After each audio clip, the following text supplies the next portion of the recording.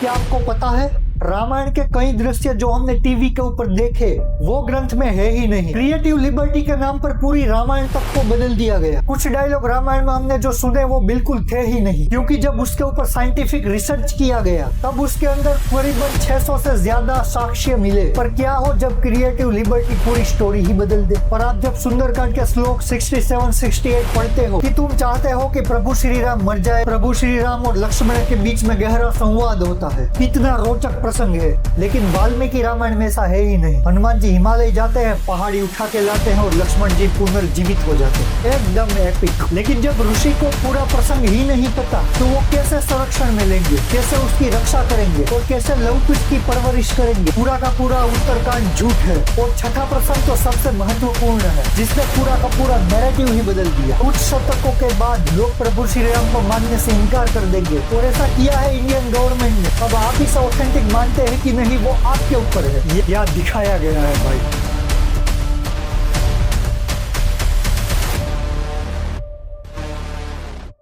क्या आपको पता है रामायण के कई दृश्य जो हमने टीवी के ऊपर देखे वो ग्रंथ में है ही नहीं। उत्तरकांड जैसा प्रसंग कभी हुआ ही नहीं था। क्रिएटिव लिबर्टी के नाम पर पूरी रामायण तक को बदल दिया गया। जब तक प्रभु श्री राम शूद्रों के विरोधी नहीं बनेंगे तब तक राजनीति कैसे होगी। कुछ डायलॉग रामायण में हमने जो सुने वो बिल्कुल थे ही नहीं। अगर आपने मात्र रामायण टीवी सीरियल ही देखा है तो ये वीडियो आपके लिए बहुत ही जरूरी है। रामायण टीवी सीरियल और ग्रंथ के बीच फर्क जानकर आप जरूर चौंक जाएंगे। ये वीडियो रामायण के विरुद्ध नहीं लेकिन सच जरूर आपको बताएगा। यहाँ हम किसी की आस्था के ऊपर सवाल नहीं उठा रहे, लेकिन जो टीवी सीरियल और ग्रंथ में अंतर है वही बता रहे हैं। जब हम रामायण की बात करते हैं तब सबसे पहले हमें यह जानना जरूरी है कि इसका बेस क्या है, किसने लिखी। आजकल वाल्मीकि रामायण, योग वशिष्ठ रामायण और रामचरितमानस सबसे ऑथेंटिक माने जाते हैं और सभी सनातनी से पढ़ते ही है। पर जो वाल्मीकि रामायण है वो सबसे ओरिजिनल है, क्योंकि जब उसके ऊपर साइंटिफिक रिसर्च किया गया तब उसके अंदर करीबन 600 से ज्यादा साक्ष्य मिले,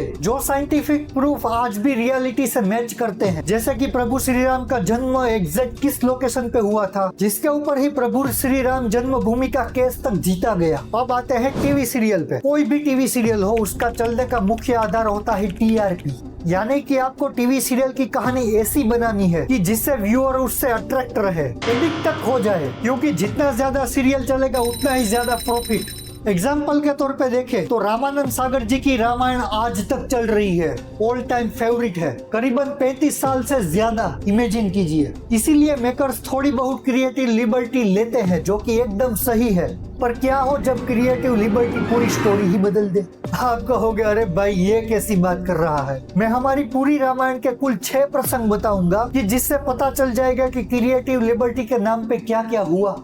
और छठा प्रसंग तो सबसे महत्वपूर्ण है, जिसने पूरा का पूरा नैरेटिव ही बदल दिया। सबसे पहला प्रसंग आता है भगवान शिव के धनुष को तोड़ने का। टीवी सीरियल में सभी ने देखा कि एक पूरी की पूरी सभा बैठी हुई थी। सभी राजा धनुष उठाने का प्रयत्न कर रहे थे लेकिन किसी से नहीं उठा। अंत में प्रभु श्री राम आते हैं और वो धनुष उठा के उसे तोड़ देते हैं। और तभी भगवान परशुराम आ जाते हैं और प्रभु श्री राम और लक्ष्मण के बीच में गहरा संवाद होता है। कितना रोचक प्रसंग है। लेकिन वाल्मीकि रामायण में ऐसा है ही नहीं। वाल्मीकि रामायण के अनुसार ये शिव धनुष इक्ष्वाकु वंश के राजा निमित के पुत्र देवव्रत को देवताओं ने दिया था और देवताओं को दिया था प्रभु शंकर ने। ये शिव धनुष राजा जनक को परशुराम भगवान ने नहीं दिया था, परंतु देवताओं ने राजा जनक के पुत्र देवव्रत को दिया था। तब से ये परंपरागत चला आ रहा था और जो रामायण में दिखाई गई थी ऐसी सभा भी नहीं हुई थी। राजा बारी बारी आते गए और सभी उठाने का प्रयत्न करते गए। जो हारते गए उन सभी राजाओं ने मिलकर जनक राजा की नगरी को चारों ओर से घेर लिया और ये घेरा 1 साल तक चला। लेकिन वो राजा जनक को हरा नहीं पाए और चले गए। और अंत में प्रभु श्री राम ऋषि विश्वामित्र और लक्ष्मण जी के साथ आते हैं। जिस कक्ष में धनुष रखा होता है उसे उठाते हैं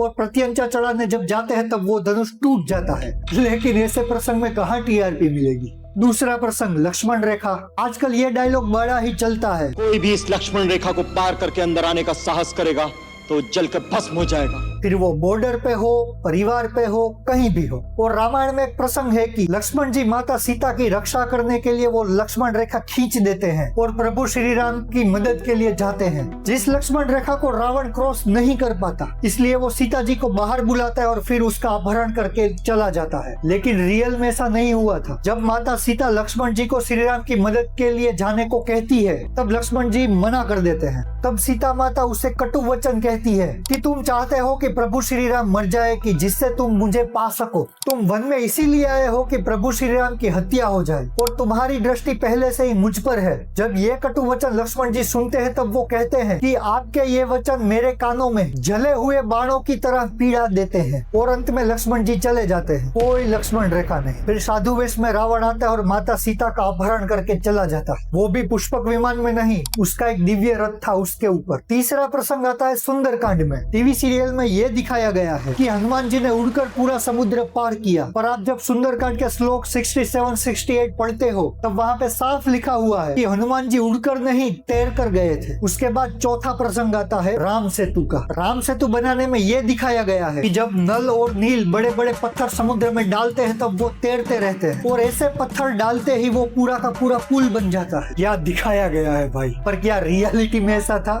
बिल्कुल नहीं। वाल्मीकि रामायण के अनुसार नल और नील को सिविल इंजीनियरिंग की कला के ऊपर महारत हासिल थी, इसलिए वानरों को जो भी मिला, पत्थर, पेड़, माटी, सब कुछ वो लेके आए और पुल बनाने लगे। पहले दिन 14 योजन, दूसरे दिन 20 योजन, तीसरे दिन 21 योजन, चौथे दिन 22 योजन और 5वें दिन 23 योजन, यानी कि 5 दिन में 100 योजन का पुल रेडी कर लिया, जो कि 100 योजन लंबा और 10 योजन चौड़ा था, क्योंकि वानरों की संख्या भी लाखों में थी। कैसी रोमांचक थी टीआरपी की स्टोरी। 5वां सबसे बड़ा झूठ का प्रसंग। टीवी सीरियल के अनुसार लक्ष्मण जी और इंद्रजीत का युद्ध होता है। छल से इंद्रजीत लक्ष्मण जी के ऊपर अमोघ शक्ति चला देता है और लक्ष्मण जी मूर्छित हो जाते हैं। हनुमान जी हिमालय जाते हैं, पहाड़ी उठा के लाते हैं और लक्ष्मण जी पुनर्जीवित हो जाते हैं। एकदम एपिक। लेकिन क्या रियलिटी में ऐसा हुआ था? वाल्मीकि रामायण के अनुसार इंद्रजीत ने प्रभु श्री राम और लक्ष्मण जी को नागपास में ही बांधा था और कुछ नहीं कर पाया। उसके बाद लक्ष्मण जी उसका वध कर देते हैं। लेकिन लास्ट में जब रावण बैटल में आता है, तब रावण धोखे से अमोघ शक्ति लक्ष्मण जी के ऊपर चला देता और तभी लक्ष्मण जी मूर्छित होते हैं। और उसके बाद जो हनुमान जी ने किया वो तो एज इट इज सही है, यानी कि इंद्रजीत को ग्लोरीफाई करने के लिए पूरा प्रसंग ही बदल दिया। और मैंने कहा था ना, छठा प्रसंग सबसे बड़ा अल्ट्रा लेवल का झूठ, वो है उत्तरकांड। पूरा का पूरा उत्तरकांड झूठ है। शौक जरूर लगेगा, लेकिन उसका उत्तर भी वाल्मीकि रामायण में ही मिलता है। जब रामायण लिखने की शुरुआत होती है, तब बालकांड में नारद मुनि और वाल्मीकि जी के बीच एक संवाद होता है। उस समय वाल्मीकि जी नारद जी से पूछते हैं कि पूरे विश्व में कोई ऐसा व्यक्ति है कि जो एकदम चरित्रवान हो, वीर हो, कि जिसे आइडियल बनाया जा सके। तब नारद जी कहते हैं कि ऐसा एक ही मात्र इंसान है, प्रभु श्री राम। और ये चर्चा कब होती है? जब पूरी की पूरी रामायण समाप्त हो गई थी, उसके बाद नारद जी डीप में सभी प्रसंग उसे बताते हैं और उसे महर्षि वाल्मीकि लिखते हैं। अब उत्तरकांड में तो ये बताया गया है कि जब प्रभु श्री राम सीता माता का त्याग करते हैं, तब ऋषि वाल्मीकि सीता जी को अपने संरक्षण में लेते और वहाँ लव कुश जी का जन्म होता और वगैरह वगैरह। लेकिन जब ऋषि को पूरा प्रसंग ही नहीं पता, तो वो कैसे संरक्षण में लेंगे, कैसे उसकी रक्षा करेंगे और कैसे लव कुश की परवरिश करेंगे? यहाँ पे उत्तर रामायण का पहला झूठ पकड़ा जाता है। और जब युद्धकांड समाप्त हो जाता है, श्री राम का राज्याभिषेक हो जाता है, उसके बाद रामायण समाप्त हो जाती है और उसका उल्लेख स्वयं वाल्मीकि ने किया है। तो फिर सवाल आता है कि ये उत्तरकांड डाला किसने? जितनी भी आज तक साइंटिफिक रिसर्च हुई है, किसी भी हिस्टोरियन ने उत्तरकांड को ऑथेंटिक माना ही नहीं, क्योंकि इसकी रचना वाल्मीकि जी ने की ही नहीं। और उत्तरकांड में तो यहाँ तक बताया गया है कि प्रभु श्री राम ने शुम्भक नामक शूद्र का वध किया था, इसीलिए उन्होंने शूद्रों के ऊपर अत्याचार किए। कैसा परफेक्ट नैरेटिव है राजनीति के लिए। इसका कोई भी ऑथेंटिक प्रूफ नहीं है कि उत्तरकांड कब जोड़ा गया। शायद आक्रांताओं ने जोड़ा हो, या फिर सबसे ज्यादा पॉसिबिलिटी है अंग्रेजों की, क्योंकि जातिवाद का जहर उन्होंने ही फैलाया। उन लोगों ने सोचा होगा कि भारतवासियों के लिए प्रभु श्री राम ही आइडियल है। अगर आइडियल के ऊपर ही कुछ सवाल उठा दिए जाए, तो कुछ शतकों के बाद लोग प्रभु श्री राम को मानने से इनकार कर देंगे। और ऐसा किया है इंडियन गवर्नमेंट ने। प्रभु श्री राम काल्पनिक है ऐसा एफिडेविट दिया था कोर्ट में, लेकिन वो झूठ जला नहीं। और उसी गवर्नमेंट ने मुझे रिक्वेस्ट की थी कि आप उत्तरकांड का शूट कीजिए, जिसके बाद रामानंद सागर जी ने पूरा का पूरा उत्तरकांड शूट किया। वो चीज बाकायदा उन्होंने बताई है। अब आप इसे ऑथेंटिक मानते हैं कि नहीं वो आपके ऊपर है। ये पूरा का पूरा जो गलत बताया गया है उसमें एक चीज बड़ी ही कॉमन है, जब टीवी के ऊपर झूठ परोसा जाता है तब लोग उसे सच क्यों मान लेते हैं? क्योंकि visual learning is better than book reading. ये एक साइंटिफिक फैक्ट है, जिसके आधार पर अगर आप बार बार झूठ परोसा जाए तो उसे लोग सच मान लेते हैं। इसलिए इस चीज के ऊपर मेरा अपना ओपिनियन है कि एंटरटेनमेंट के लिए आप जरूर रामायण महाभारत देखें, पर उसे पूरा सच ना माने। पूरे सच के लिए ऑथेंटिक ग्रंथ जरूर पढ़िए, जिससे आपको सही और गलत के बीच का फर्क समझ में आए। Thank you.